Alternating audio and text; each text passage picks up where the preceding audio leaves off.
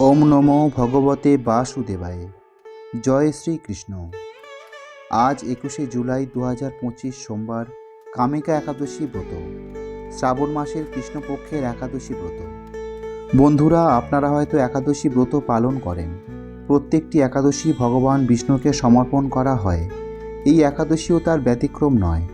একাদশীর দিনে ভগবান নারায়ণ ও দেবী লক্ষ্মীকে নিষ্ঠার সাথে পূজা করলে সারা বছর পরিবারের সুখ সমৃদ্ধি বজায় থাকে। অর্থকষ্ট বা রোগ ব্যাধি থেকেও পরিত্রাণ পাওয়া যায়। পাশাপাশি ব্যক্তি মোক্ষ লাভ করার পথে অগ্রসর হয় এবং ভগবত ধামের পথ প্রশস্ত হয়।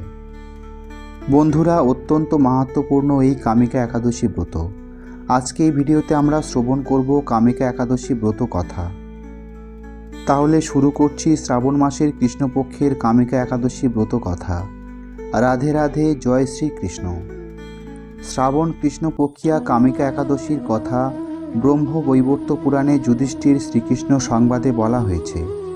যুধিষ্ঠির মহারাজ শ্রীকৃষ্ণকে বললেন, হে গোবিন্দ, হে বাসুদেব, শ্রাবণ মাসের কৃষ্ণপক্ষের একাদশীর নাম এবং মাহাত্ম্য সবিস্তারে আমার কাছে বর্ণনা করুন। তা শুনতে আমি অত্যন্ত কৌতূহলী।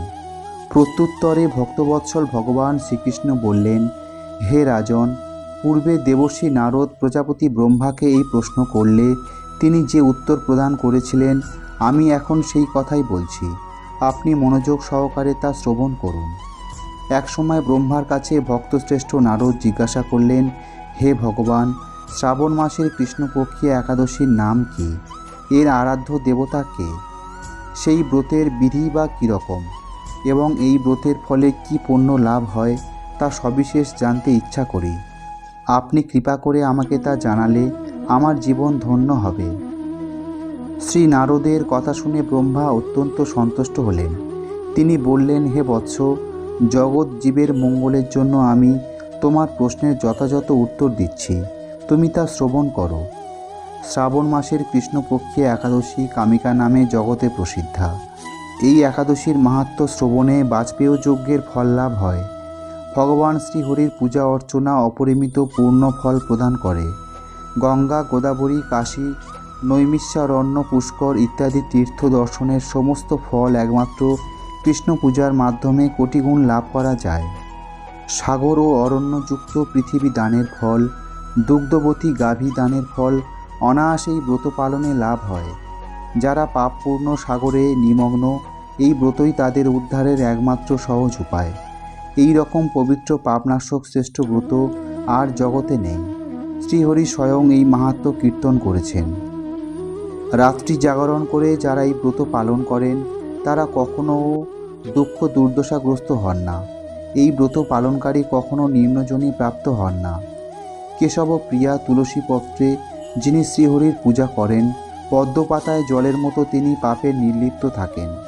তুলসী পত্র দিয়ে বিষ্ণু পূজায় ভগবান যেমন সন্তুষ্ট হন, মণি মুক্তাদি মূল্যবান রত্ন মাধ্যমেও তেমন প্রীত হন না। যিনি কেশবকে তুলসী মঞ্জরি দিয়ে পূজা করেন, তার জন্মার্জিত সমস্ত পাপ ক্ষয় হয়ে যায়।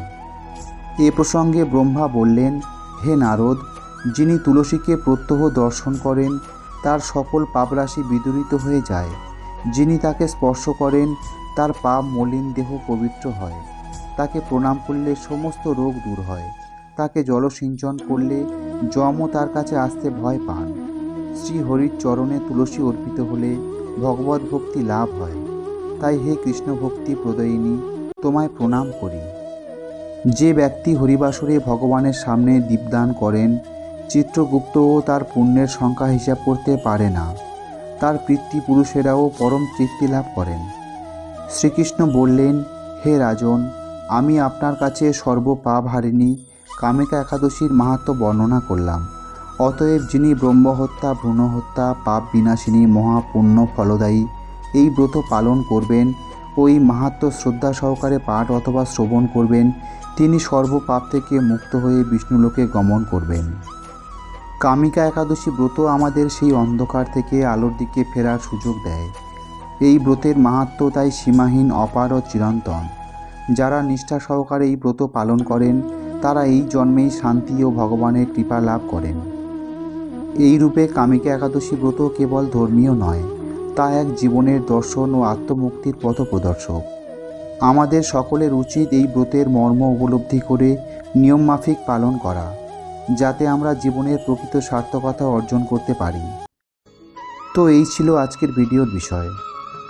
শ্রোতা বন্ধুরা, আশা করি ভিডিওটি দেখে আপনি সমৃদ্ধ হয়েছেন। বন্ধুরা, ভিডিওটি যদি ভালো লাগে তাহলে ভিডিওটিতে অবশ্যই একটি লাইক করবেন এবং আপনার আপনজনদের সাথে ভিডিওটি শেয়ার করবেন, যাতে তারা ভিডিওটি দেখে উপকৃত হতে পারে। সকলে ভালো থাকুন, সুস্থ থাকুন। মঙ্গলময় শ্রীকৃষ্ণের কৃপায় আপনার জীবন আরও সুন্দর ও সার্থক হয়ে উঠুক। রাধে রাধে, জয় শ্রীকৃষ্ণ।